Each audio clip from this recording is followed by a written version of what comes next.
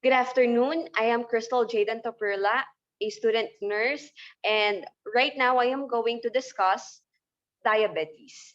So before that, I'd like to play a game with you, which is called Matchy Match. So there are two words, which is I think unfamiliar to you. These are called medical jargons, which you will encounter later on the lesson proper. And there are two definitions here wherein you're going to match the word with its definition. So comment down below your answer. I am going to wait. Okay, I think you had enough time to answer. So I am going to give you now the answer. First is the autoimmune reaction. So what is autoimmune reaction? So it is a situation in your body wherein your own cells attacks itself by mistake. And another word is insulin. So what is insulin? It is a pancreatic hormone which regulates the amount of glucose in the bloodstream at any particular time. So please remember that because later on during the entire lesson, you are going to encounter that a lot of times. So let's go on to the lesson proper. Wait, I am going to move it. Okay, so diabetes. Okay, so what is diabetes? So diabetes is a chronic, or when we say chronic, it is a long-lasting health condition that affects how your body turns food into energy. So that is the definition of diabetes. There are two common types of diabetes, the type 1 diabetes and the type 2 diabetes. And we also have the gestational or gestational diabetes. Later on, I am going to elaborate the definition of type 1 and type 2 and their difference. So I think that's clear. Let's move on.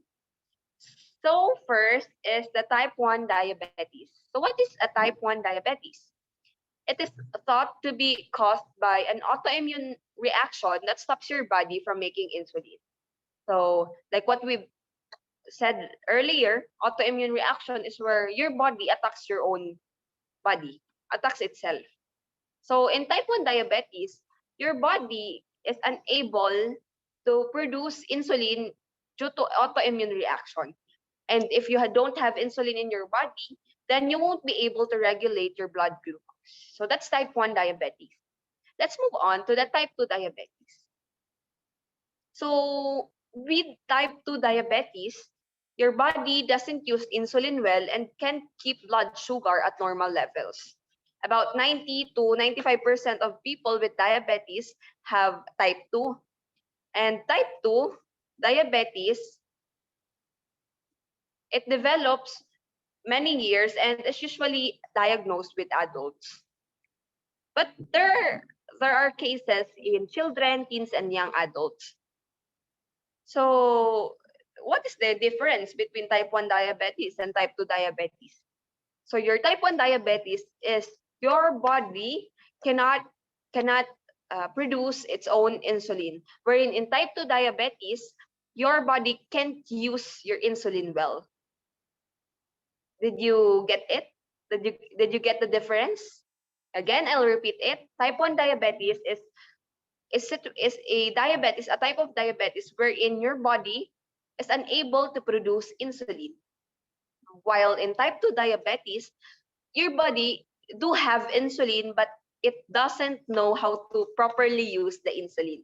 So it can keep your blood sugar at normal levels. Okay. So just take note of that definition. That's type 2 diabetes. Now let's move on to just gestational diabetes. What is it? So gestational diabetes develops in pregnant women who never had diabetes. So if you had diabetes, your baby could be at higher risk for health complications. Okay. So that's the definition of gestational diabetes. It is very self-explanatory that it is developed during pregnancy. So let's move on to the next. What are the risk factors of diabetes? Since type 1 diabetes is different from type 2 diabetes, so they do have different risk factors too. So the type 1 diabetes, First, its risk factor is family history. If you have a parent, a brother, a sister with type 1 diabetes, it is very likely that you get it too. And another factor is age. You can get type 1 diabetes at any age, but it usually develops in children, teens, or young adults. So the symptoms develops earlier than type 2 diabetes. So I remember reading an article yesterday, I think, wherein a child with type 1 diabetes died at 4 years old due to type 1 diabetes. And the parents were oblivious to the symptoms of type 1 diabetes. So it is very common for children to have type 1 diabetes. So how about type 2 diabetes? What are its risk factors? So we have a lot of factors for type 2 diabetes. First, it if you have a pre-diabetes. For example, you already have the symptoms of a diabetic person, but you aren't diagnosed with type 1 or type 2. So that's pre-diabetes.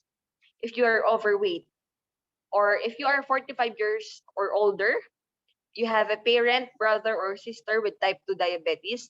So again, family history also have an effect with type 2 diabetes. And if you are physically active less than 3 times a week. So if you are, if you are, how do we call that? If you are passive, passive, yeah, if you're passive with your lifestyle, if you do have a passive lifestyle, then you are at risk of having type 2 diabetes. If you have ever had gestational diabetes or given birth to a baby who weighed over 9 pounds. So even at pregnancy, you are at risk of diabetes. So I salute the mothers for it. And if you are an African American, Hispanic or Latina, American Indian, or Alaska Native person, some Pacific Islander and Asian American people are also at higher risk. So your native or your country also has an effect whether you are at risk of type 2 diabetes. I think because of their staple food. I'm not really sure, but I think it is about that. So if you can notice, type 1 diabetes is highly affected by your lifestyle. While let me clear on that. Type 2 diabetes is highly affected by your lifestyle. While type 1 diabetes is innate. I think, yeah, it is already on your genes because it depends on your family history and also your age. So let's move on. So I think I have already given you the overview and the risk factors of diabetes. Let's move on to the practice test. So I have here the instructions of what are you going to do. So you have to create an infographic about the prevention of diabetes. These are the criteria. I am going to wait till Monday for your infographic. So that's practice task. And for now, we are going to answer the checkpoint. So we have here two questions about what we've discussed earlier. So the first question is, what are the risk factor of type 1 diabetes? Comment down your answers. Okay. I think you have your answers already. Okay, let's move on to the question number 2. What are the necessary steps to prevent type 2 diabetes?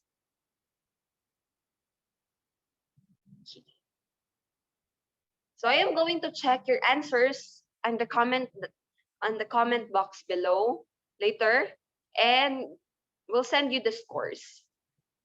Okay. So that ends our discussion. Thank you for your participation, and let's have a nice day. And please exercise daily, and let's have a good lifestyle. That's all. Thank you.